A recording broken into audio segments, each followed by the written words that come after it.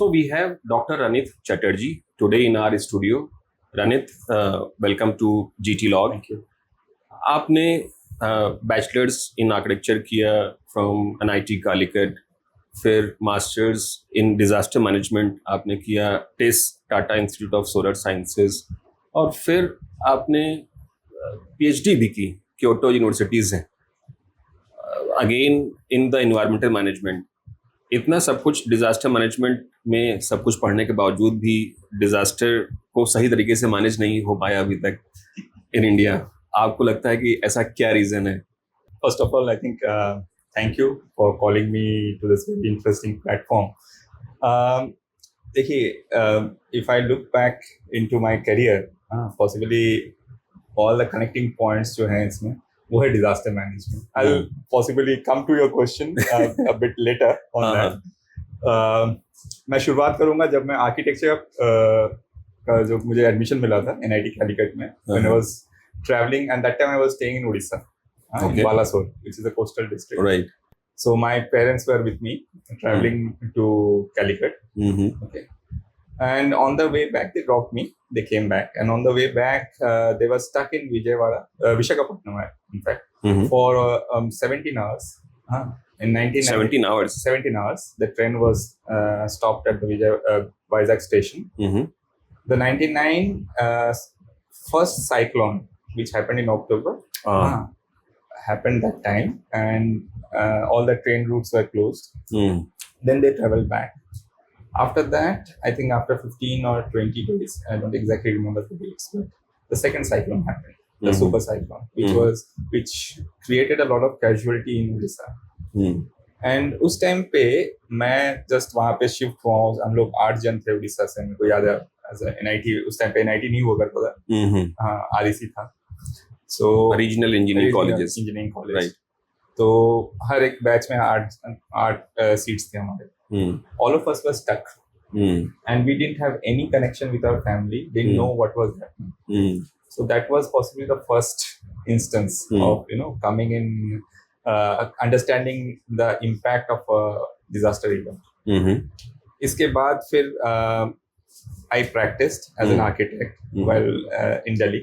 That time also I was working on the design of Doon University, and I remember we had a specific kind of challenge there, that how do you design this university taking into considerations the flooding that might happen from Rispana River, which flows behind Doon University, and also the earthquake risk, because Uttarakhand is pretty. तो कहीं ना कहीं disaster management शायद knowingly unknowingly मेरे life के साथ attach होता चला गया। When I came across this course in TIS, तो तब ये 2007 की बात है। मेरे कुछ कलीग्स फॉर्म भर रहे थे, and it was a pretty new course. No one had heard about it. तो I filled it up, thinking कि this is something interesting, कुछ होगा अच्छा सा, because the management word was there. Without much knowing about it, I jumped into it. To be honest, things changed after I joined. We went in for Bihar floods in 2008. As of I think ये flood आया था अगस्त में, हम लोग गए थे उस time. उसके बाद around 10-15 days we stayed there for 2 months. That changed our whole perception of disaster management, what it is, why it is needed, and how people suffer on ground, because वो हमने 1-to-1 देखा है वहाँ पे काम किया है। We have done needs assessment, we have worked with the district authority, we have seen the helplessness of various authorities which are there, and उसके बाद I worked with UNDP. So there, I was posted with government of Maharashtra. So there, I used to handle kind of many on-site disasters as well as on policy making. Then I got a chance to do my PhD. But what has happened in this disaster management as a discipline? Possibly, जो आपने पूछा, मतलब I have seen this across various stages of it, but what has not happened is it has not yet been established as a discipline itself. Right? So अभी भी क्या है कि ये ad hoc basis पे लिया जाता है कि अच्छा disaster, और perception भी वैसा है कि अच्छा disaster management मतलब कभी flood आया तो हमें react करना है। there is possibly a lack of proactive approach to handle any risk scenarios that might lead to a disaster. Also, I think we also possibly do not have enough skill sets, right? And also it needs a क्या बोलते हैं, एक साथ एकजुट होके काम करने का जो ये है ना, अभी भी ये शायद बटा हुआ है हर एक जगह पे, तो वो चीज अभी भी हमारे यहाँ मिसिंग है. And once we do that, I think we would be a very good nation and capable nation to take handle our own. In general ऐसे डिजास्टर मैनेजमेंट को अगर मैं सिंपल शब्दों में बोलूं तो basically it is a preventive mechanism जो कि उस कोर्स का कंपोनेंट है. और सर्टेनली अगर इन केस अगर डिजास्टर या कोई इस तरह से सिचुएशन आई तो how to proactively involve in terms of managing that disaster. In fact I will take a step back. Okay, disaster management जो है, जो आप बता रहे हो, ये this is more a reactive approach. Reactive okay. But now what we are looking at is a proactive approach. Okay, ठीक है. इसमें हम ये बोलते हैं कि आपको पता है कि यहाँ पे फ्लड आ सकती है या पहले आई है, आप इसके लिए नेक्स्ट फ्लड की वेट ना करें. आप पहले से ही अपने आप को, अपने सोसाइटी को उसके लिए प्रिपेयर करें. And for that I think there are various steps, like you do a risk assessment, you know your risk. Based on the risk, you plan, you make changes, you implement policies, you make funds available. So there are various things that can be linked to it. But I think more important is knowing your risk and making an informed decision is very important. नहीं तो होता क्या है कि जब आपका कोई event हो गया, then when you start reacting to it, you won't have a holistic approach for reacting. Right? तो एक दो पर्सपेक्टिव हैं. जैसे अभी recently if I take couple of examples, one is let's say अगर जैसे दुबई में अभी फ्लड आया, लॉट ऑफ मे बी जो उनके नुकसान हुए वो बहुत ज़्यादा रहे, 8-10 दिन तक वहाँ काम नहीं हुआ. और इस पूरे दौरान वहाँ की government, private sector, public sector, सभी लोगों ने रियलाइज़ किया कि जो उसके पहले जो फ्लड आया था वो 100 साल पहले आया था. शायद इसीलिए जो इंफ्रास्ट्रक्चर था वो उस चीज़ के लिए प्रिपेयर्ड नहीं था. But certainly they will be doing it to be the resilient against such disasters. हमारे यहाँ पे बहुत सारे ऐसे एग्जाम्पल्स हैं जहाँ पे हर साल इस तरह का आता है फ्लड, इस तरह की सिचुएशन आती है जहाँ पे आम जनता को बहुत सारी समस्याओं का सामना करना पड़ता है, और वो हर साल आता है, हर साल सामना करना पड़ता है. उस तरह की सिचुएशन में हाउ टू बी प्रोएक्टिव, मतलब गवर्नमेंट का क्या रोल होना चाहिए, पब्लिक आम जनता का क्या रोल होना चाहिए, उस तरह का जो पार्ट है वो भी क्या हमारी इस तरह के कोर्स में सिखाया जाता है? एब्सोल्युटली, ये सारा ही डिजास्टर मैनेजमेंट के अंडर में आता है. Okay. But with in disaster management इसके भी अलग अलग पॉसिबली सब डायरेक्शंस हैं. राइट, जैसे आप अगर बात करें policy level, policy decisions and policy making एक अलग एरिया ऑफ स्पेशलाइजेशन है. अगर आप रिस्क मॉडलिंग की बात करें वो एक अलग स्पेशलाइजेशन है. जहाँ आप रिस्क फाइनेंसिंग की बात करें वो एक अलग स्पेशलाइजेशन है.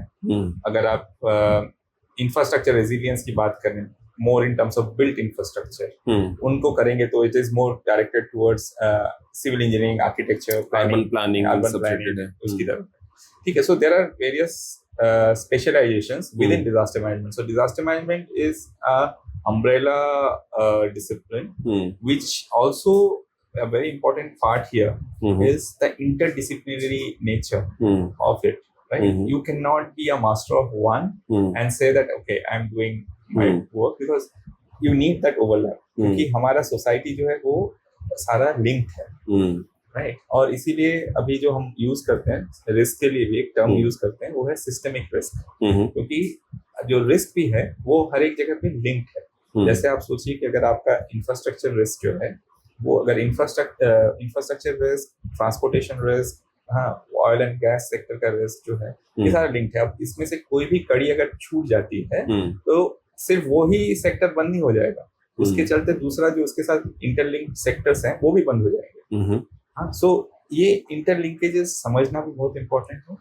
और इसके लिए ही ये इंटरडिसिप्लिनरी मल्टीडिसिप्लिनरी टीम होना चाहिए और ट्रांसडिसिप्लिनरी अप्रोच होना चाहिए इसको एड्रेस करने के लिए।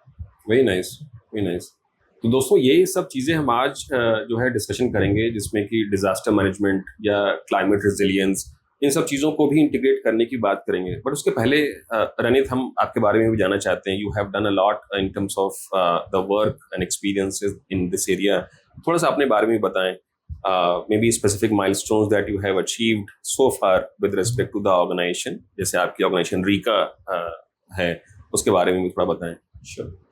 So see, my coming into, as I was telling you, मैं जो पहले आपको बता रहा था कि how I came into disaster management. So this is a journey.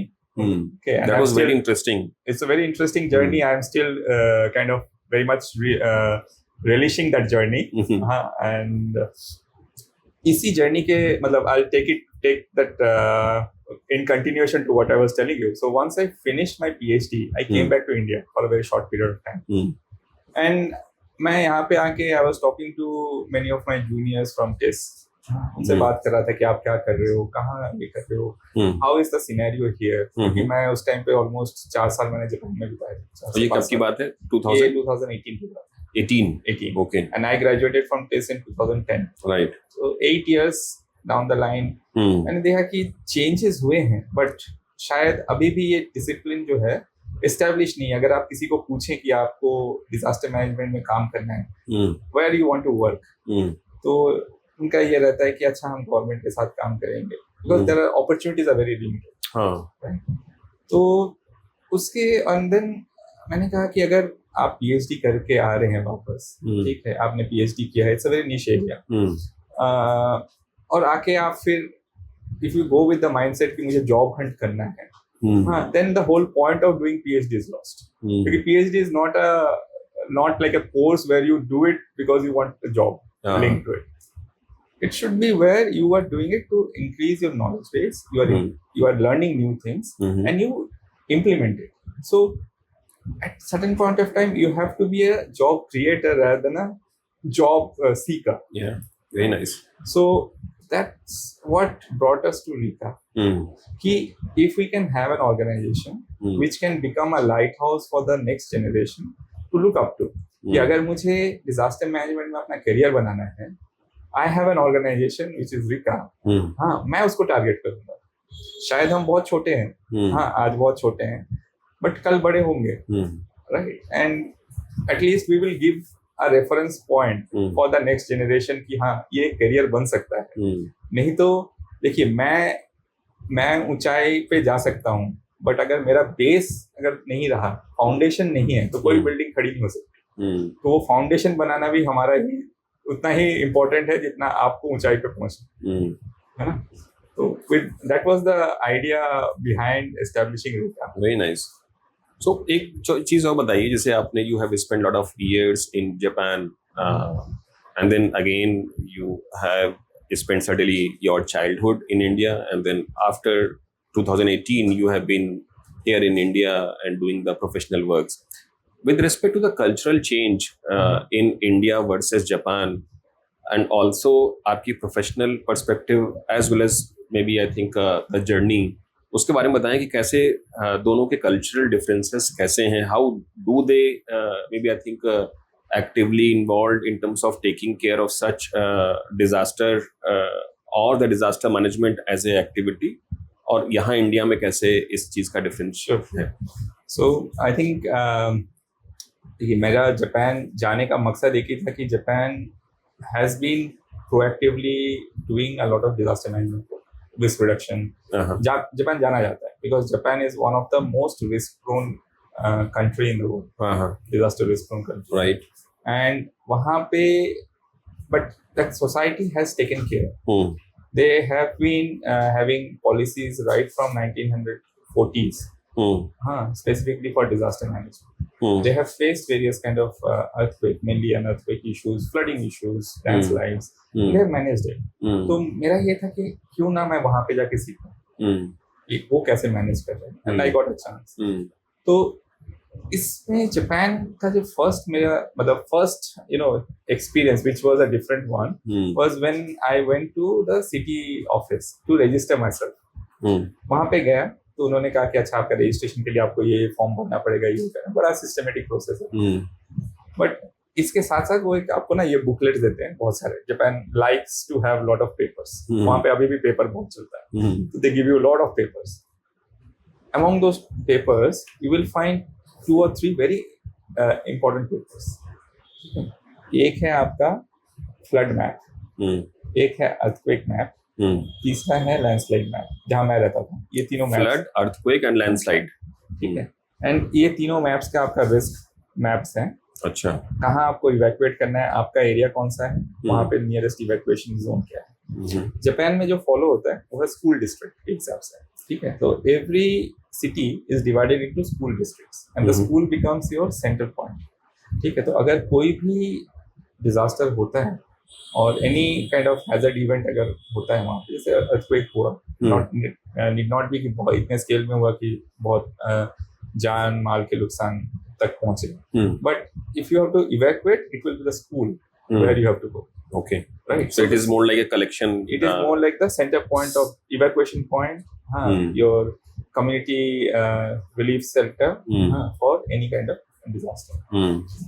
And that's a very interesting concept, जो कि हमारे यहाँ पे अभी भी शायद हम स्कूल को यूज करते हैं इवैक्यूएशन के लिए, बट ये टोटलिटी में जैसे उस तरीके से बनाया गया वो नहीं है। तो ये एक फर्स्ट मेरा वहाँ पे ये था। फिर जब मैं वहाँ पे यूनिवर्सिटी में था, हाँ, तो हम लोग को बताया गया कि आपकी यूनिवर्सिटीज में ड्रिल्स होते हैं। जहाँ मैं जिस डॉर्मेटरी में था वहाँ पे फायर ड्रिल्स होते थे। So you have those step by step progression into कि वो सोसाइटी कैसे देखती है इस चीज़। आप वहाँ पे जब आप इनके बिल्डिंग्स देख रहे हैं, right. So I remember there was a earthquake, I think 6 के आसपास मैग्नीट्यूड का अर्थक्वेक हुआ था। I was in my lab on the 4th floor. So being from India, हमारा ये रहता है, इम्पल्स रहता है कि हम बाहर जाएं। तो मेरे प्रोफेसर बोलते नहीं, be calm, it's not a major one, ठीक है, and the building will not collapse, right? That is the confidence. हमारे यहाँ पे शायद वो हम इतने कॉन्फिडेंस के साथ नहीं बोल सकते कि the building will not collapse, right? That's one. Second है कि the training, see, and this is a very important aspect of earthquake, क्योंकि हमारे यहाँ पे कहा जाता है कि earthquake हो आप बाहर भागिए, यही बताते हैं। अब आप सोचिए लॉजिकली, आप आजकल तो हाई राइजेस हैं स्पेशली सिटीज के अंदर, आप 21st फ्लोर पे हैं, अब बाहर अर्थक्वेक का जो ये है ड्यूरेशन है, हाँ, वो कितना देर है, 30 seconds, 40 seconds, 1 minute, 1 minute would be a major earthquake, shaking हो तो आप 1 minute में कितनी दूर भागेंगे? So that way your home, unless you are on the ground floor or in open space, that is the most safest place you can do. तो may be fear जरूर create कर सकते हैं, फियर जरूर क्रिएट कर सकते हैं, chaos जरूर हो जाएगा, हाँ, और हो सकता है कि उसकी वजह से जान ज्यादा जाए। Correct. So I think so awareness, information, right, and also what to do, action. These are the 3 very important aspects जो मैंने जापान में देखा कि you need to communicate. तो वहाँ पे इन जनरल लोगों को ये बताया जाता है, मतलब इन जनरल जैसे कोई आप यहाँ से वहाँ गए, यूनिवर्सिटीज में पढ़े, तो लोग इन जनरल उसको फॉलो करते हैं। आई एम श्योर लाइक वो स्कूल एजुकेशन का भी पार्ट होगा। वो स्कूल एजुकेशन का पार्ट है। Like my daughter was studying there, so they are having fire drills from class 1, elementary school से स्टार्ट होता है। उनको वहाँ पे बताया जाता है अर्थक्वेक के लिए। इवन सबसे इंटरेस्टिंग चीज ये है कि जब आप स्कूल में जाते हैं, ठीक है, जैसे हमारे यहाँ पे बुक्स दी जाती हैं, राइट, वहाँ पे एक तो आपका बुक का होता है, ऑफ कोर्स बुक्स चाहिए, बैग, उसका एक बैग होता है, उसके साथ साथ एक आपका इमरजेंसी किट बैग होता है जो आपको स्कूल में जमा रखना है। अच्छा, ठीक है, जिससे कि अगर कल कोई भी इमरजेंसी हो, so every student have their own emergency kit जिसको वो यूज कर सके। अच्छा, and that's a very important thing. उसमें हेलमेट होता है, उसमें फर्स्ट एड किट होता है, उसमें आपके कुछ सभी फूड्स होते हैं सारे, तो उसका एक लिस्ट भी होता है, right, and that changes the whole perception right from the very beginning. Very nice. अब कमिंग बैक टू इंडिया, मतलब इंडिया में अगर इस तरह की चीजें देखें तो इन जनरल लोगों की जो परसेप्शन है वो सर्टेनली बहुत ही प्रोएक्टिव नहीं है।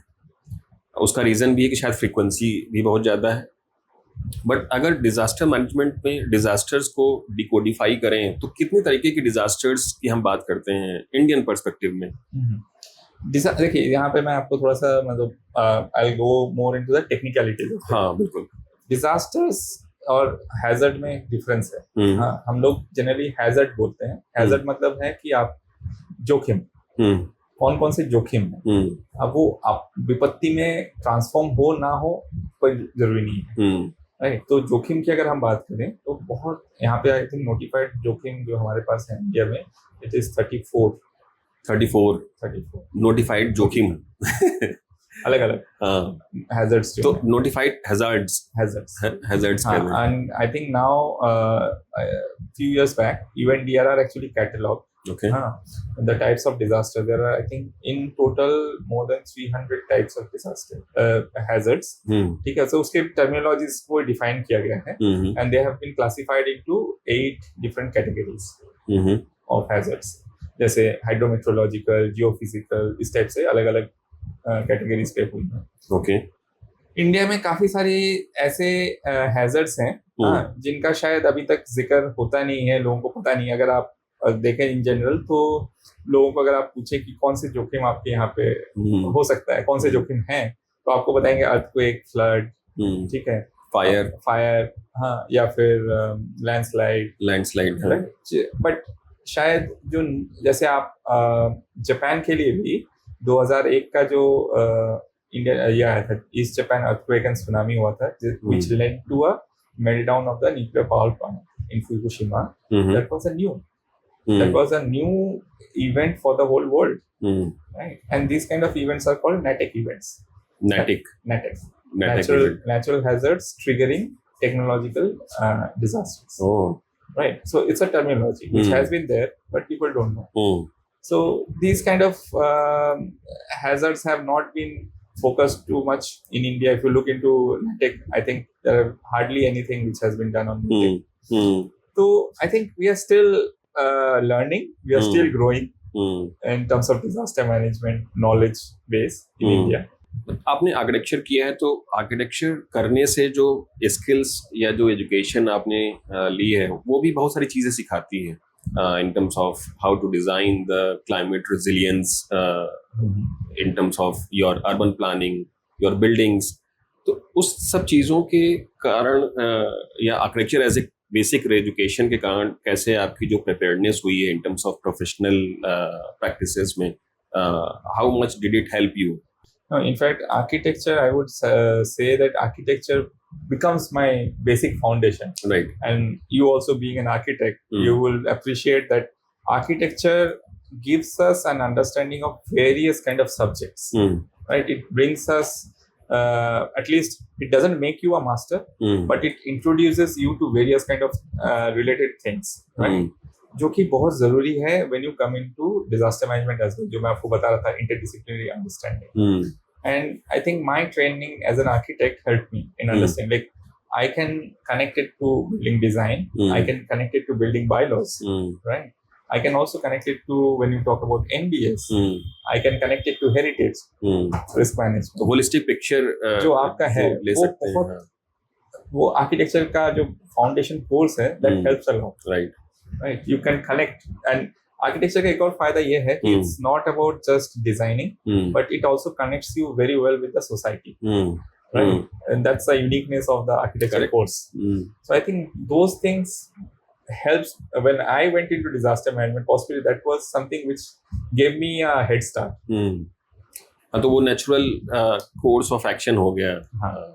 Or in fact, if you also look into the disaster managers who are there, not only in India but outside India also, you will find a chunk of them are actually with an architecture background. Many of them are with an architecture background. So is it like natural progression मानते हैं लोग जो disaster management में जो professional हैं या जिन्होंने master's degree की है, PhD की है, they primarily coming from architecture background or design background? I am not sure if it is by design. Okay. But it has happened.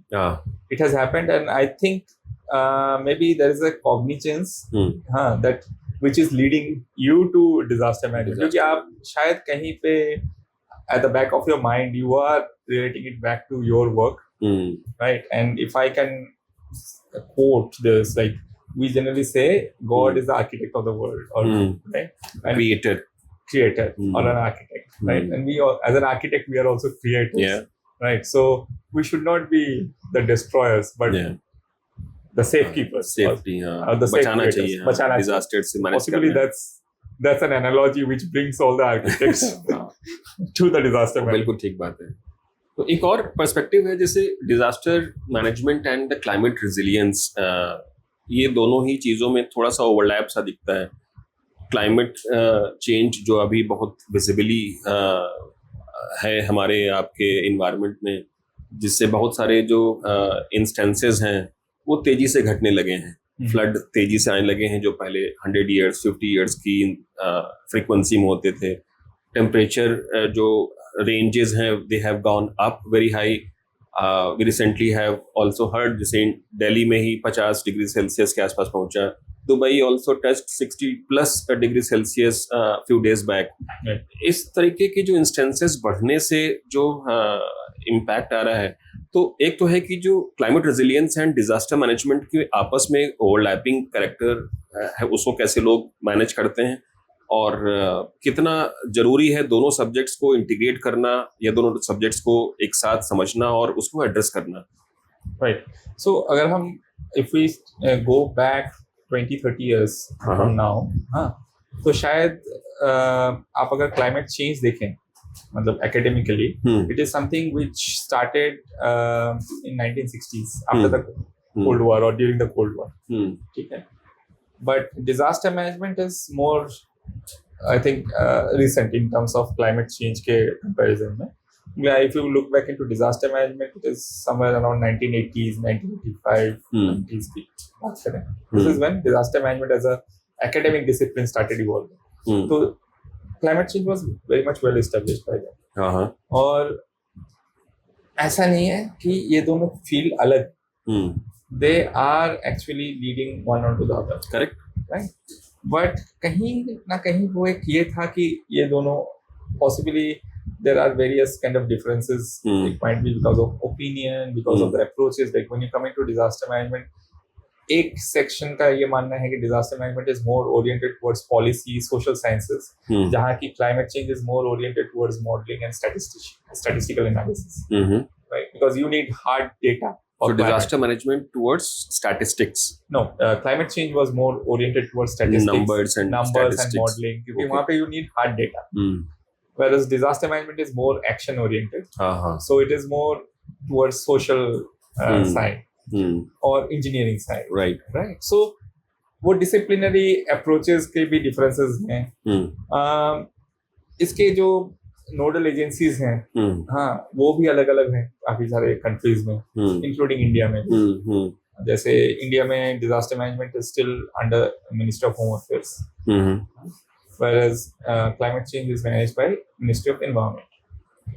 Correct. तो आपके फंडिंग सोर्सेज भी अलग हो जाते हैं. And so I think that's where it has possibly deviated from or become parallel to each other, but these two parallel lines needs to meet. Right, and this is where the whole world is now trying to do. If you look into the new global policies, you will find that आपके जो SDG goals हैं, इसमें हम climate action की भी बात कर रहे हैं, वहाँ पे safe cities की भी बात कर रहे हैं.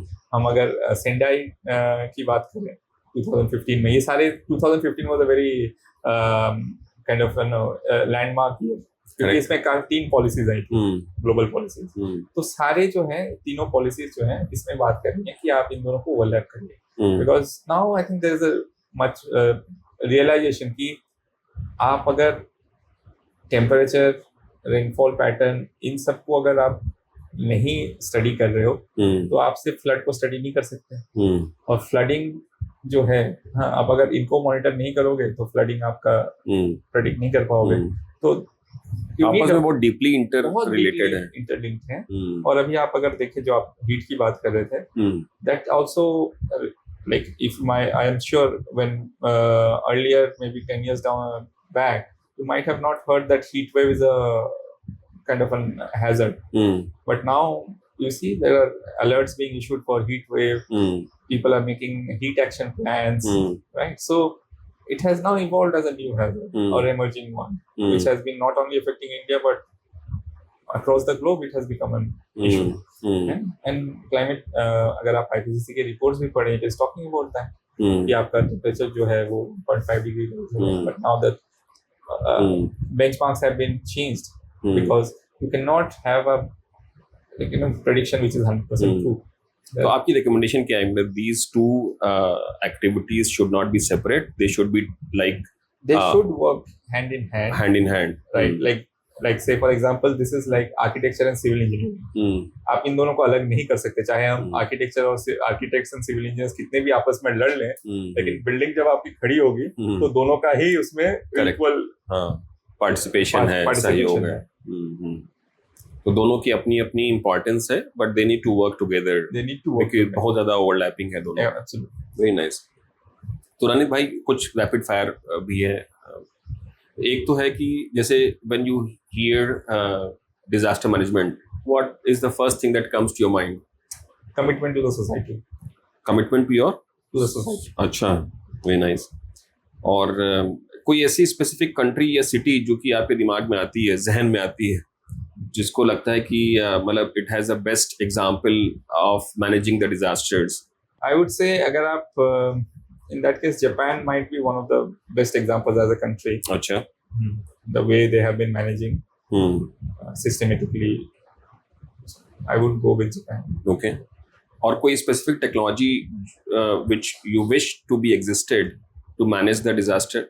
Like there are technologies. I won't say that technologies are not there, but I would like to see more of this various disruptive technologies being utilized for disaster management. Right now, like say for example, we are hearing a lot about AI, ML, quantum computing, right? Robotics, but you won't find many kind of solutions which are focused towards disaster management. They are more for general other kind of services. So, but at the end, if our whole life is at risk, this is the most dynamic scenario which is there to manage. So I think we need to also channelize all our technologies towards that. I think that's why what I find is उनका थोड़ा सा और focus बढ़ना चाहिए. Technology side. And I think that will happen provided that there are more research being supported, more funding being put into it, right? Focused on this. बहुत सारी technologies available हैं या टेक्नोलॉजीज अवेलेबल नहीं है? मतलब what is your perspective? Technology available हैं फिर भी डिजास्टर्स हो रहे हैं, मतलब because the frequency is humongous. मतलब आप न्यूज़ चैनल खोलिए, you will actually have a plentiful news related to यहाँ पे सुनामी हो रहा है, यहाँ पे बाढ़ आ गई, यहाँ पे हीट वेव्स हो गई. इस तरह की सिचुएशन में मतलब people have more like a fear factors कि वो घर से बाहर निकलें तो क्यों निकलें, better to be inside. Or better to be inside भी अगर आप सोचे तो I don't know how better it is to be inside as well. How better it is to be inside as well. Yes. तो मतलब अगर ऐसा situation हो रहा है because of maybe lot of maybe climate change activities, तो ऐसे सब चीज़ों को कैसे एड्रेस करें? मतलब गवर्नमेंट का काम है, पब्लिक सेक्टर का काम है, एजुकेशन या इंस्टीट्यूट का काम है, सिविल सोसाइटी का काम है, इन सब चीज़ों के लिए रिक्वायर्ड इंफ्रास्ट्रक्चर अवेलेबल कराएं, टेक्नोलॉजीज अवेलेबल कराएं, और इस तरह की चीज़ों के लिए प्रिवेंटिव मैकेनिज्म्स हों ताकि लोगों के लिए इस तरह की जो कंफर्ट या इस तरह की जो रिक्वायरमेंट है वो चीज़ अवेलेबल हो. They can live their life peacefully. So मैं आपको यहाँ पे मतलब एक जो आपने पूछा, yes there are lot of technologies available, ठीक है, बट वो भी कैसा है कि it is spread across the world. हाँ, कहीं पे कुछ है, कहीं पे कुछ है, और उनका एप्लीकेशन बहुत ही लिमिटेड है. हाँ, और वो एप्लीकेशन भी लिमिटेड इसलिए है कि कुछ टेक्नोलॉजीज ऐसी हैं, हाई एंड टेक्नोलॉजीज हैं जो अफोर्डेबल नहीं है कॉमन लोगों के लिए, राइट. कुछ टेक्नोलॉजीज कहीं पे टेस्ट हुई हैं, वो क्योंकि हमने भी काम किया है इंडिया में. जैसे कोई एग्जांपल लीजिए. हाँ, जैसे मैं एग्जांपल बता रहा हूँ आपको, मतलब I will not name the technology और the company. We were doing a project hand holding with one of the projects by World Bank, where we were trying to look into various innovative technologies and how they can be taken up in India and scaled.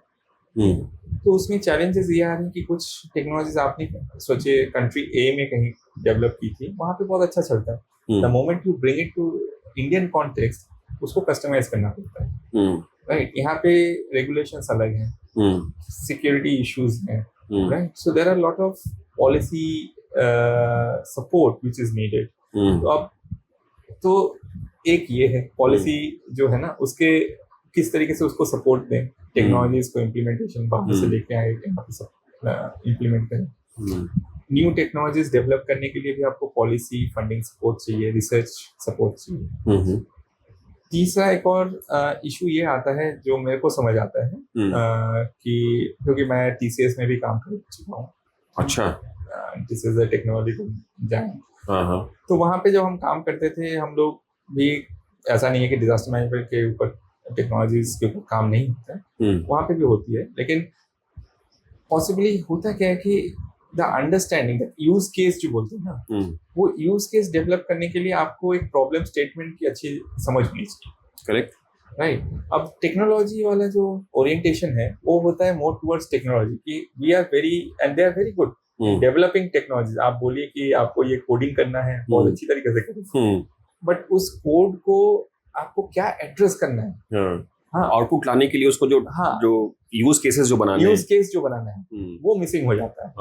और इस चक्कर but हमारे यहाँ तो इतने सारे use case हैं, इतने डिजास्टर होते हैं, तो यूज केस तो ज्यादा ही है। बट होता क्या है कि जब आप प्राइवेट सेक्टर को इन्वॉल्व करना चाहते हैं, प्राइवेट सेक्टर को इन्वॉल्व करने के लिए you also have to make it a business case, right. एंड अभी भी शायद हम लोग बात करते हैं जब डिजास्टर मैनेजमेंट की, हम लोग बोलते हैं the whole society should be part of it, it's a whole of the society's approach, we should be inclusive. But कहीं ना कहीं जाके वो सारा जो ओनर्स है वो गवर्नमेंट के पास ही रह जाता है, और या फिर लोगों का परसेप्शन वैसा है।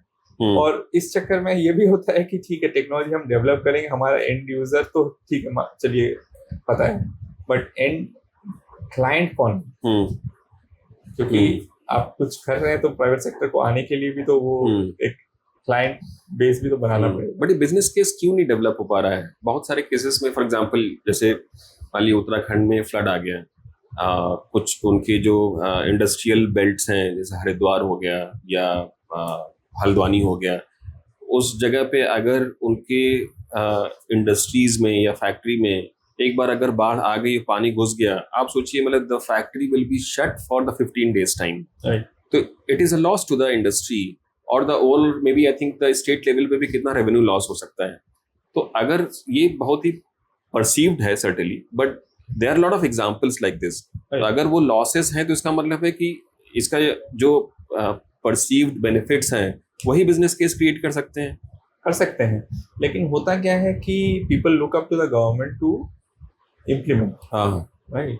उनका ये मानना है कि चलिए, अगर मेरा तो सिर्फ मेरा जुडिकेशन जो है, मेरा ये जो हमारा प्रीमाइस है वही है, इसके बियॉन्ड तो मेरा नहीं है, रास्ता तो मेरा नहीं है, रास्ते के उस तरफ जो फील्ड है वो मेरी नहीं है, तो मैं वहां पे कुछ नहीं कर पाऊंगा, राइट। CSR के थ्रू अभी कोशिश कर रहे हैं, बट CSR में भी अगर आप देखें जो न्यू अमेंड आया है, उसमें आप डिजास्टर मैनेजमेंट के अंदर आप CSR फंड के थ्रू ये कर सकते हैं, मतलब सपोर्ट कर सकते हैं, but that is for disaster recovery, but we are talking about risk reduction. Correct, right. मतलब होने से पहले ही घट जाए।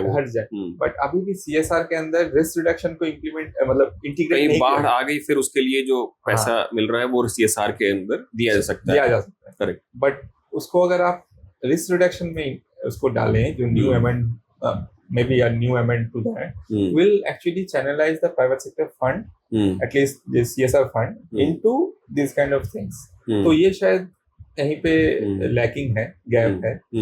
इसके अलावा ये आता है कि गवर्नमेंट अगर कुछ करना चाहती है तो फिर उनको उस स्केल में करना पड़ेगा, it cannot be just for one specific, तो वो जाके फिर challenges आते हैं कि हम ये technologies करें, because government also has a lot of regulations which they have to follow, and many of the technologies again, मतलब commercial करेंगे, तो कुछ जो disaster management की जो technologies है उसकी daily usage होती नहीं है, right? So that again is a problem। जैसे सोचिए आप रोबोट की बात करें, ठीक है, अगर आप आपने कुछ रोबोट डेवलप किया है जो कि आपके डिजास्टर में सर्च एंड रेस्क्यू में हेल्प करे।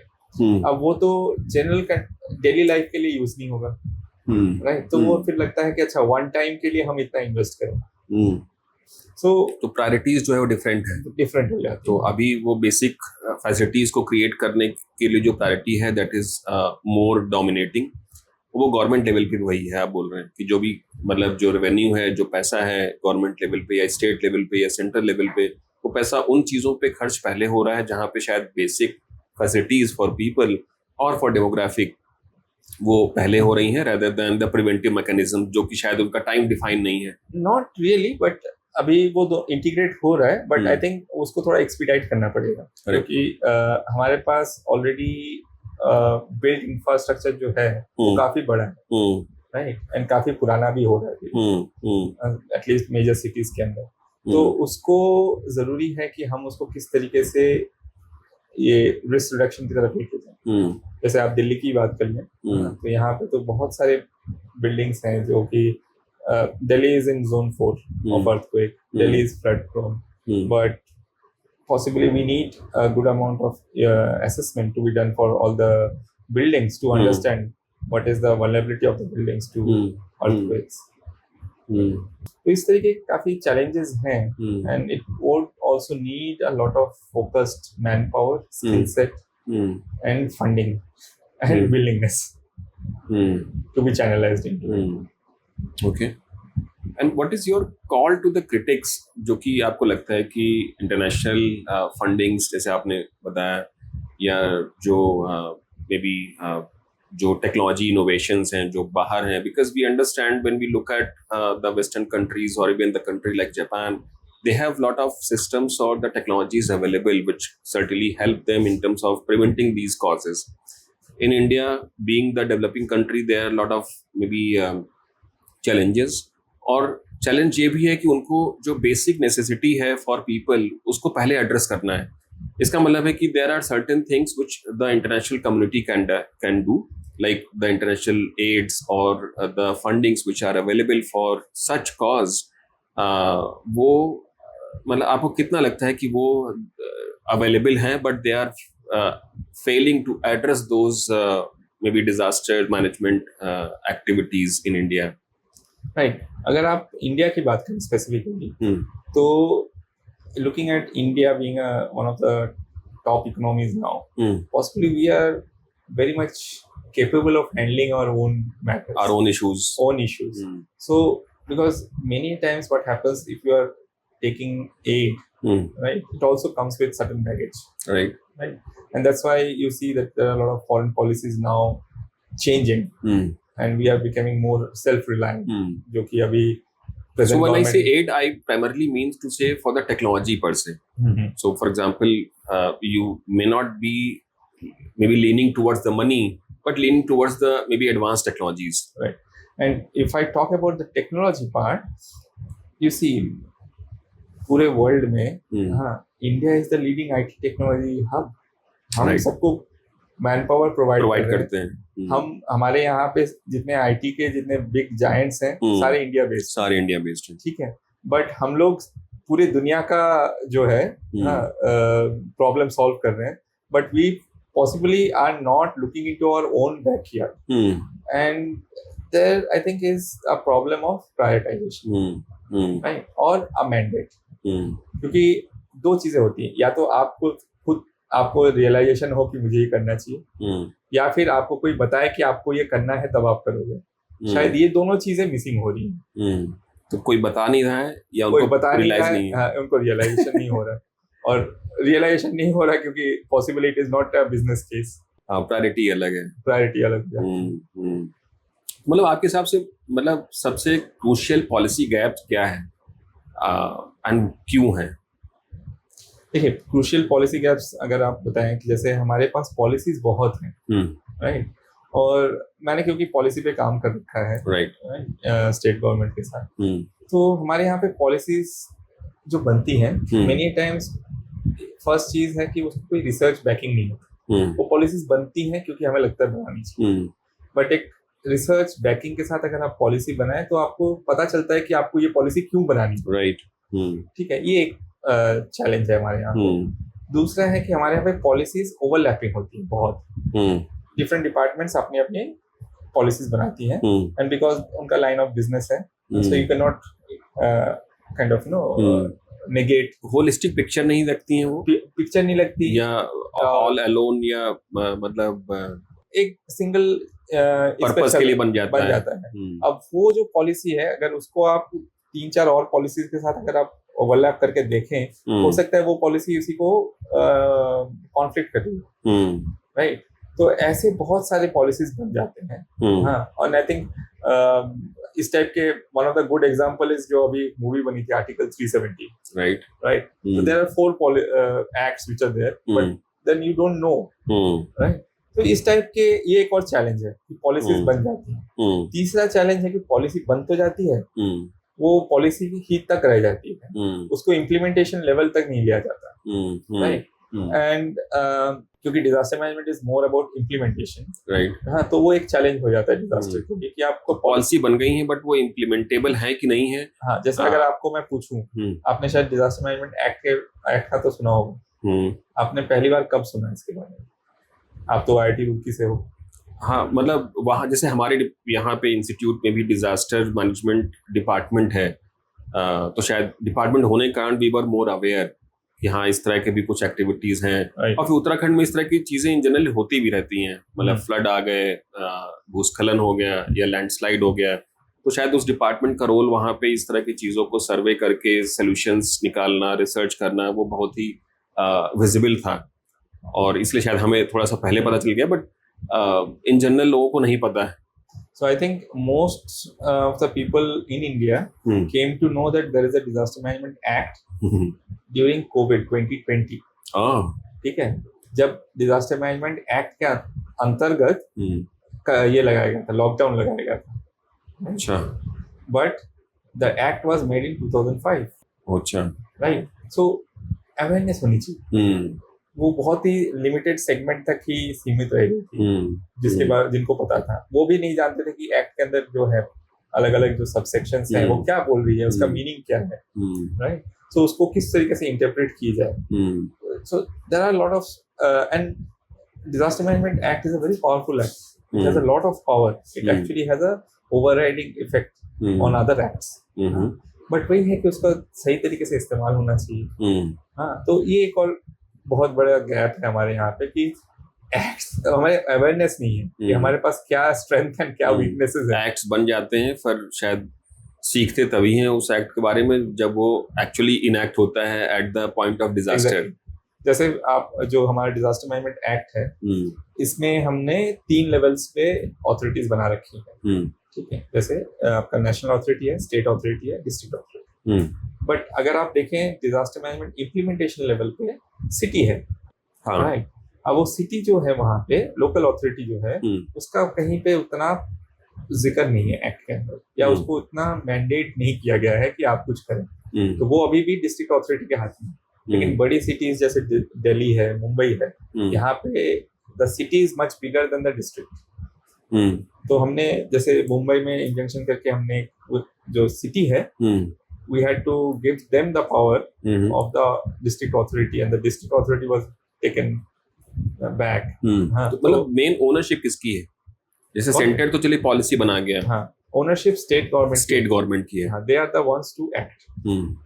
और स्टेट के बाद में फिर सिटी लेवल पे है, क्योंकि वो लोकलाइज्ड है। जनरली क्या है कि डिजास्टर जो लोकलाइज ही रहेगा, पूरे स्टेट भर में डिजास्टर हो ऐसा नहीं हो सकता है, नहीं हो सकता। तो इसका मतलब है कि सिटी लेवल पे जो म्युनिसिपैलिटी है या सिटी गवर्नमेंट है, उसको भी एम्पावर्ड किया गया है इन सब चीजों के लिए। एग्जैक्ट, उनको एम्पावर किया जाना चाहिए, क्योंकि अगर आप देखें इंडिया में भी there are different tiers of cities, and with those tiers of cities you will also see there is a difference in their capacities and expertise, skill set, human. जैसे first year, second year, third year cities का categorisation किया गया है, उसके हिसाब से उसके power को भी कैटेगराइज किया गया? नहीं किया गया। अच्छा, तो इसमें चैलेंजेस क्या आते हैं कि देखिए, जैसे अगर मुंबई में आप मुंबई म्यूनिसिपल जो GMR region, greater Mumbai metropolitan GMR region, वहाँ की अगर आप बात करें तो वहाँ पे शायद मुंबई इज वेरी पावरफुल, उनके पास रिसोर्सेज हैं। Navi Mumbai is big, Thane is big, but जो छोटी cities हैं, they are still dependent on these cities, right? और इनको empower करने की ज़्यादा ज़रूरत है, क्योंकि यहाँ पे risk ज़्यादा है, वहाँ पे urbanization ज़्यादा fast हो गया, क्योंकि ये developing cities हैं, and that is जब आप urban to peri-urban to rural जा रहे हैं, the peri-urban is where you can make changes. You cannot make changes in urban areas which are there. Urban core में आप क्या change करोगे, right? So the change in everything, in built form, in perception, all these things can happen. मतलब perception तो चलिए core में भी हो सकता है, but built form में change करना है. This is where the peri-urban area more important. Challenge मुझे हमेशा ये लगता है कि जैसे आप पेरी अर्बन एरिया है ना, हमें लगता है कि उसका कोई माई बाप नहीं है, मतलब उसका कोई रिस्पॉन्सिबिलिटी होल्डर नहीं है, ना तो वो नगर निगम या डेवलपमेंट अथॉरिटी के अंदर आ रहा है, ना तो वो रूरल डेवलपमेंट के अंदर आ रहा है. अब वो ऐसा एरिया है जो बहुत हैफेजर्डली डेवलप्ड है, और वो ऐसे ही रहता है जब तक कि वो डेवलपमेंट अथॉरिटी उसको अपने अंदर नहीं लेती है, Right. है ना. तो वो चीज़ हमेशा ही क्रूशियल रहेगी, और अनऑर्गेनाइज्ड है तो उसका जो maybe I think in terms of risk है वो सबसे ज़्यादा रहता है. Right, absolutely. But उसमें आपका importance आता है master plan, right? Land use land cover planning, LULC जब बनाते हैं, क्योंकि उसमें अभी भी हम लोग risk integrate नहीं करते हैं, right? और अगर आपका master plan risk integrate नहीं कर रहा है, आपका development plan risk integrate नहीं कर रहा है, तो फिर आप उसको कैसे address करेंगे? तो फिर वो तो बनता रहेगा, ऑर्गेनिकली बढ़ रहा है, और फिर एक टाइम पे जाके उसको आप रोक भी नहीं पाओगे कि ठीक है चलो अब आप ये इसमें ये चेंजेस लाओ, राइट? तो कहीं जाके वो, and that's something which I also saw in Japan, कि आपका एक स्टेप बाय सिस्टमेटिक प्रोसेस होना चाहिए. स्टेप बाय स्टेप आप उसको अप्रोच करिए, रिस्क पहले एनालिसिस करिए, उसको देखिए किस तरीके से इंटीग्रेट करना है प्लानिंग के अंदर, क्या आपकी पॉलिसीज होनी चाहिए वहाँ के लिए, किस तरीके से बिल्डिंग्स होनी चाहिए. हमारे यहाँ पे जैसे आप अगर ले लो, हमारे बिल्डिंग बाय लॉज तो बहुत अच्छे हैं, राइट, बट उसके इम्प्लीमेंटेशन लेवल पे प्रॉब्लम है. कितनी सारी बिल्डिंग्स हैं जो अर्थक्वेक के बाय लॉज फॉलो करते हैं, कोड्स फॉलो करते हैं. कोड्स तो हमारे यहाँ पे BIS कोड्स बहुत अच्छे हैं, बट फॉलो कहाँ होते हैं? जो मेसन्स हैं, हाँ, उनको ट्रेनिंग किया जाता है, बट उनका सुपरविजन कहाँ होता है? So I think that honesty in our work also is very important. हाँ, तो कहीं जाके ये सारी चीजें मैंने जापान में देखी हैं, कि and that's why that has led to that confidence which I was saying, कि हमारे यहाँ बिल्डिंग नहीं गिरेगी. I think that makes a lot of difference. So it's a collective confidence which is based on collective action. But हमारे यहाँ पे शायद वो कलेक्टिव एक्शन जो है डिजास्टर की तरफ, वो अभी भी बन नहीं पाया. बट अप्रोच धीरे धीरे करके चेंज हो रहा है. I think last 20 years if I look back in from 2005 जब से ये एक्ट बना है, there has been a lot of change, there has been a lot of good things which has happened in India.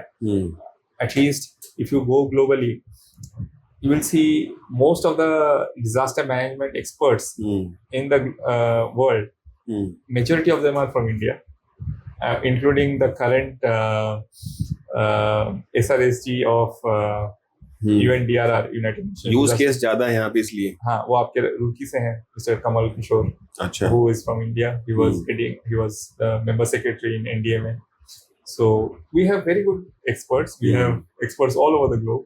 So I think what we need is to bring them back to India. जो हम I think present government भी बोल रही थी ना कि आप वापस ब्रेन ड्रेन के अगेंस्ट ब्रेन ड्रेन को आइए, मतलब आप वापस अपने जो रिसोर्सेज हैं उसको लेके आइए. तो I think that also needs to be done for disaster management. नहीं, एक्चुअली देखा है तो एक बहुत ही अलग तरीके की केस स्टडीज तो हैं इंडिया में, क्योंकि डाइवर्सिटी है, चाहे वो क्लाइमेट डाइवर्सिटी का लीजिए या ज्योग्राफी डाइवर्सिटी का लीजिए, तो बहुत सारे तरीके के यूज केसेस भी हैं, बहुत सारे तरीके के डिजास्टर्स भी हैं. I think it also requires lot of maybe I think more robust and strengthened framework. नहीं तो इन जनरल जहाँ पे पॉपुलेशन इतनी ज़्यादा है, we are one of the largest maybe populous country in the world, वहाँ पे इस तरह के कारण जो जानमाल की जो हानि है, क्षति हो सकती है, वो बहुत ज़्यादा हो सकती है. तो कहीं ना कहीं इंडिया एज ए नेशन को इन सब चीज़ों के लिए थोड़ा सा ज़्यादा जागरूक होना पड़ेगा, और वहाँ पे पब्लिक पार्टिसिपेशन भी उतना ही जरूरी है। आपको एक चीज जनरली भी लगती है कि मतलब people are more susceptible towards these things, you already mention कि लोग जो है स्ट्रक्चरल सेफ्टी के लिए बहुत ज्यादा कॉन्शियस नहीं थे, या अभी शायद कम होंगे। When you look at the second tier cities और थर्ड टियर सिटीज, उनको लगता है कि पैसा कहीं ना कहीं बचा लिया जाए। एब्सोल्युटली। इनफैक्ट मैं आपको मतलब वही एक आपने जो सही एकदम सही बताया कि पैसा कहीं बचा लिया जाए, ठीक है, यहाँ पे कितना बच जाएगा। हाँ, अगर हम ये नहीं करते तो शायद थोड़ा सा पैसा बच जाए। वो ये नहीं सोचते कि कल को अगर कुछ हो गया इसकी वजह से तो मेरा नुकसान क्या होगा। हाँ, तो बाद में डिजास्टर मैनेज करेंगे। एग्जैक्ट। तो आई थिंक वो एक परसेप्शन का प्रॉब्लम है कि हम किस तरीके से परसीव करते हैं। और ये एक टर्म भी है इसके साथ, इसको बोलते हैं जनरल एमनीशिया। ठीक है, कि हम भूल जाते हैं और रिस्क को परसीव नहीं करना चाहते। हाँ, तो अगर आप देखें मुंबई लोकल में, और statistically every day there are 10 to 14 deaths from falling down from Mumbai local. अच्छा। हाँ, बट लोग फिर भी रेगुलरली उसमें ट्रैवल करते हैं। हाँ, कुछ लोग शायद ऑप्शंस नहीं है, but many of them have options, but they still do that because they don't think that it will happen to them. Always the perception is it will not happen to me, it will always happen to the other person.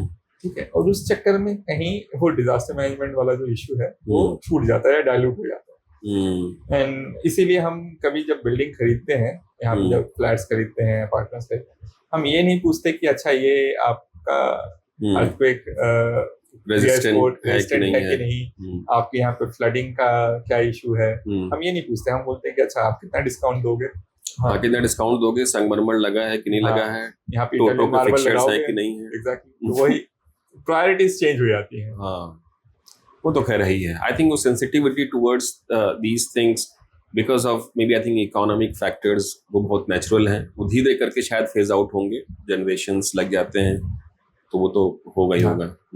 जैसे मैं आपको अगर इसी के इसमें एक example दूं Japan का, जापान में आपका इंश्योरेंस जो है एंड लैंड वैल्यू जो है, हाँ, that is linked to the risk, right. तो जहां आपका अगर रिस्क हाई है वहां पे लैंड वैल्यू कम हो जाएगी। अच्छा। एंड बट हमारे यहाँ पे वैसा नहीं होता। एक और चीज I think you mentioned very important point insurance का, जैसे क्लाइमेट इंश्योरेंस या डिजास्टर इंश्योरेंस, इस तरह की चीजें जनरली नहीं है, and most of the cases people maybe I think tend to lose a lot of money because of this, lot of assets that they go maybe I think in a waste, और वो force major category में डाल करके और फिर लोगों के जो पैसे हैं वो नहीं मिलते हैं, even if they have paid the premiums।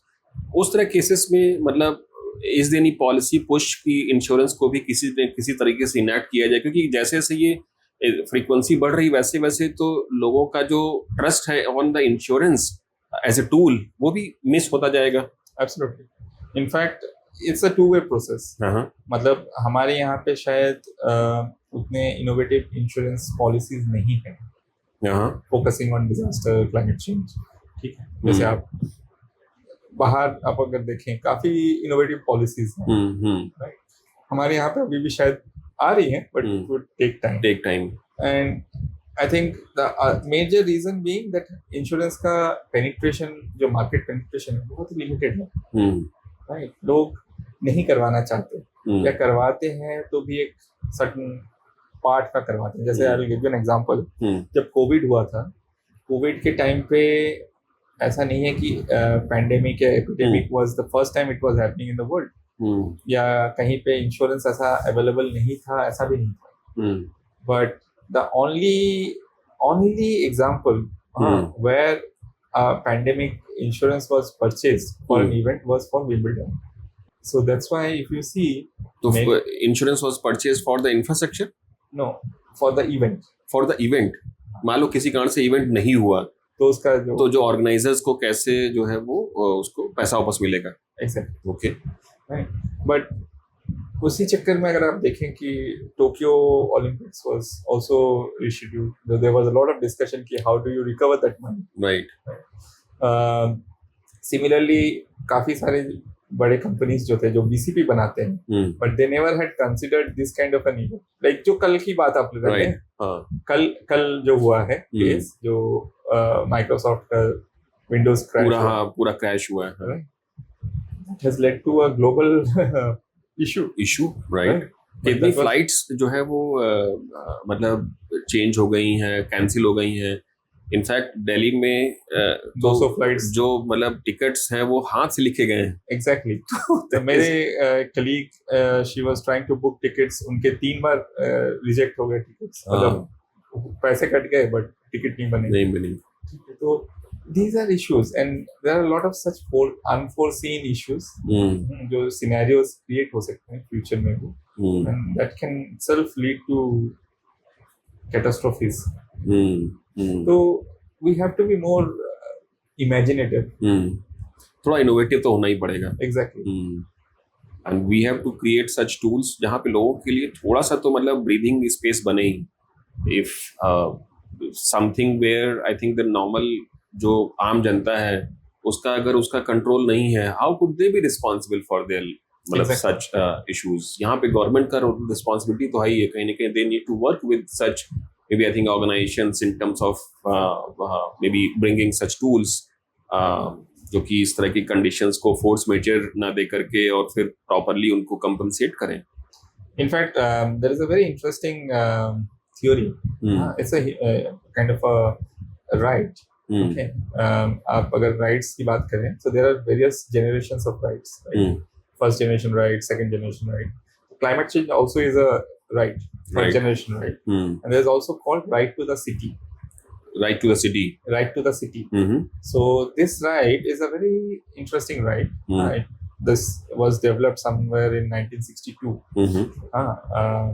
Some academician. So it says that अगर आप किसी सिटी में हैं and वहाँ पे अगर कोई alteration होता है, कुछ भी होता है, you have the right to the city. You are paying taxes. So you have a right to the city. And anything which is being changed in that city, which is affecting your right, your life, they are answerable to you. Right? So, but हमारे यहाँ पे वो चीज कहीं नहीं है। हाँ, और इसका कोई लीगल बैकिंग भी नहीं। So ये शायद कहीं जाके वो वायलेट हो जाता है। Correct. But this is a very important right Aspect, when you talk in terms of climate change and disaster management. हाँ, नहीं वो दोनों को एक साथ रख करके सोचना बहुत जरूरी है। मतलब you have been very maybe I think innovation specialist Ranit bhai, and then maybe I think with respect to the platform like Rika where you have also entertained several innovative designs or innovative technologies, तो उसके बारे में थोड़ा बताइए कि मतलब what are the maybe I think new technologies that you have come across or you have developed yourself which is certainly they are in this area. For me, innovation is something which should be very simple, which can touch you, and it can create a spark saying that अच्छा ये इतना simple था मैंने क्यों नहीं सोचा। That's innovation. Easy to understand. Easy to understand. Because then it reaches masses. So we have been trying our hands on this kind of easy solutions. So I'll give you one or two examples. First is this quick risk estimation tool जो हमने बनाई थी MSMEs के लिए 3-4 years back for UNDRR. Risk estimation tool for MSMEs. MSMEs. Okay. And we are not focusing on MSMEs जो कि established हैं, जो कि मतलब MSMEs in the sense M और S, M especially M medium, जो कि ये चीज माइक्रो एंड स्मॉल जो कि इस चीज को इन्वेस्ट नहीं कर सकते, उनके पास स्किल सेट नहीं है, उनको कोई बताने के लिए नहीं है कि आप बिजनेस कंटिन्यूटी प्लान क्या होता है। इनके लिए एटलीस्ट ये बताया जाए कि रिस्क असेसमेंट होता क्या है, बिजनेस कंटिन्यूटी क्या होती है। तो हमने एक टूल बनाया था जो कि आपके कुछ क्वेश्चंस हैं, यू टेक दैट क्वेश्चन, हाँ उसमें क्या करता है कि आपको वो at the end of it shows you your risk, overall risk, and then also it shows कि आपका रिस्क कहाँ पे है, ऑपरेशंस में है, फाइनेंस में है, HR में है, टेक्नोलॉजी इनोवेशन के एरिया में है, या एक्सटर्नल रिस्क है, राइट। सो इससे होता क्या है कि आपको एक अंदाजा बन जाता है कि अच्छा मेरे को अगर कुछ चेंज करना है तो शायद मैं यहाँ चेंज करूँ। और इसमें मजेदार चीज ये थी कि बैक एंड में भी क्या होता है कि ये जो MSMEs हैं इनका आपको पता नहीं चलता कहाँ है, कौन क्या कर रहा है। हाँ, तो ये बैकएंड में इनका डेटा भी पॉपुलेट करता है, तो it plots it on a map, सबका रिस्क प्लॉट करता है और इनको एडवाइजरीज भी देता है कि आप इसको अगर कम करना है आप ऐसा करिए, नेक्स्ट टाइम फिर ये वापस आइए इस पे, हाँ, और फिर ये एक्सरसाइज करिए, देखिए आपका रिस्क जो है चेंज हो रहा है कि नहीं, जो आपने स्टेप्स लिए, ठीक है। तो at least it becomes kind of a self correction mode में वो जा सकते हैं। तो ये एक एग्जांपल है, and this has been used globally, even DRR has been using it. हाँ, दूसरा एक और एग्जांपल है जो हमने किया था, ये स्कूल्स के ऊपर है, और आप और हम सभी अपने बच्चों को स्कूल भेजते हैं, एंड आई थिंक आपके ऑडियंस जो है सब उनमें भी सब भेजते हैं। तो हमारा क्राइटेरिया क्या होता है स्कूल सिलेक्ट करने का? जब हम बच्चों को स्कूल भेजते हैं, हाँ, सिलेक्ट करते हैं, तो हमारा क्राइटेरिया ये रहता है कि हाँ, स्कूल में पढ़ाई कैसी होती है, क्लास 10 या 12th में कितने टॉपर्स हैं, ठीक है, मैक्सिमम एक्स्ट्रा करिकुलर एक्टिविटीज क्या क्या होती है। बट हम ये नहीं सोचते कि ये स्कूल में हमारा बच्चा जो है 8 से 10 घंटे बिताने वाला है, क्या ये स्कूल सेफ है, right? And this was, I think, a concern which might have come to many of the parents during this recent जो serial bomb threat आया था दिल्ली में, बैंगलोर में हुआ, other places में भी हुआ। So, but अभी हमको ये कभी information नहीं मिलता कि स्कूल ने disaster management के लिए क्या किया, right? Because that part is totally opaque। तो हमने एक कोशिश की थी, जैसे आप कोई होटल चुनते हैं तो आप रेटिंग करते हैं, तो हमने जो कोशिश की थी कि हम क्या स्कूल की ऐसी कुछ रेटिंग बनाएं जो कि ना ही सिर्फ एकेडमिक और एक्स्ट्रा करिकुलर को देखे, बट ऑल्सो उसकी सेफ्टी को ले, और वो रेटिंग के हिसाब से पेरेंट्स चुन सकें कि मेरे को ये सिर्फ एक्स्ट्रा करिकुलर एक्टिविटीज, क्योंकि आप अगर देखें 26 जनवरी 2001 जो गुजरात अर्थक्वेक हुआ था, one of the highest casualties were in school, because that was a Republic Day. Yeah. The timing was around 8:30 people. All the kids were in school. तो कहीं जाके ये शायद वो ओनस ना क्रिएट करवाना पड़ेगा, and ये एक भी बहुत सिंपल सा टूल है, but it will give the parents a very what you call a platform to make an informed decision about this, and also the school parents will also pressurize the school। नहीं तो क्या होगा कि फिर आप उनको नहीं बताओगे तो वो भी नहीं करेंगे। तो शायद ये एक दो एग्जांपल्स हैं जो very nice। I think कहीं ना कहीं maybe I think the innovation should also be very much like required, more innovative approaches which are to be there, which should be there in terms of maybe dealing those disaster, maybe I think crisis. For example, when I see the frequency of these changes, for example, temperature rise एकदम से बढ़ गया, इतनी ज़्यादा humidity level बढ़ जाता है because you have more floods, more rains, और sometimes dry season आ गया।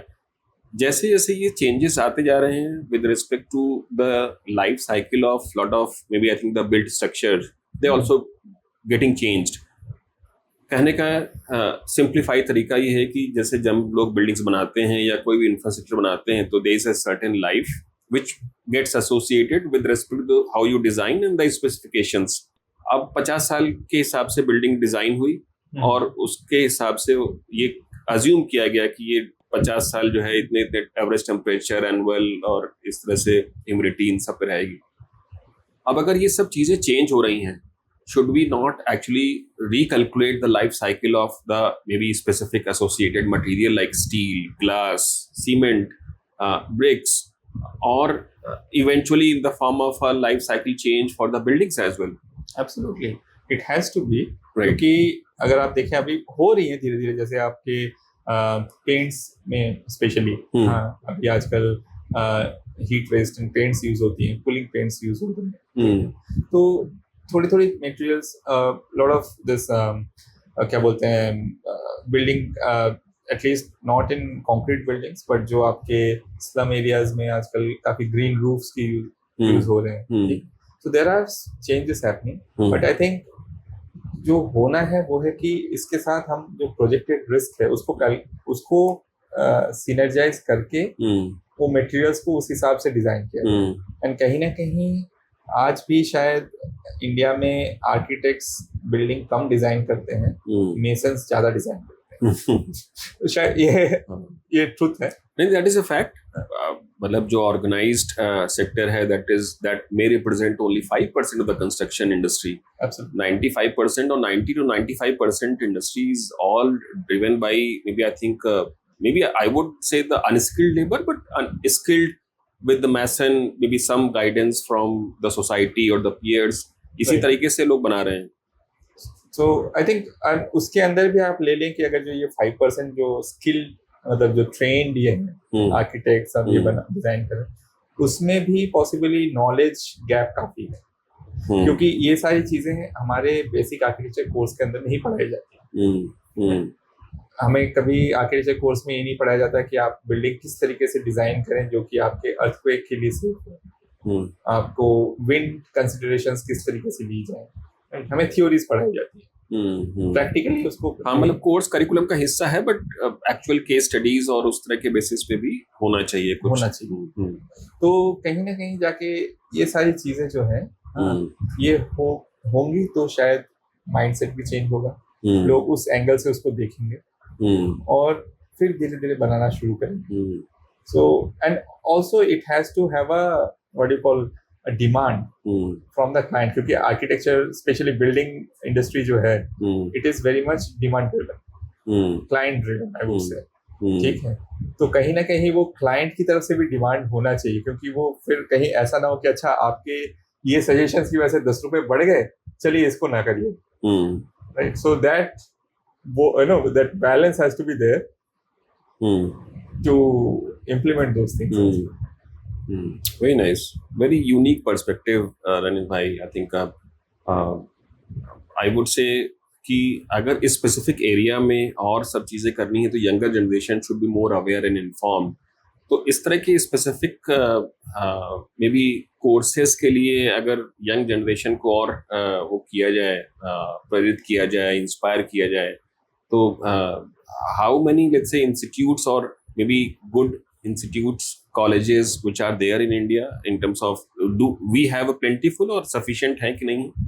I think there is a good amount of colleges. We did a study a few years back on universities who are offering disaster management courses in India. So I think there are more than 14 institutes and universities who are offering disaster management courses. Okay. There are many outside India as well, very renowned ones. Who are offering courses in disaster. It might not be, say, disaster management. It might be embedded into other courses as well. But and I'm sure the next generation, जो है, they are much more aware, they're much more well-read.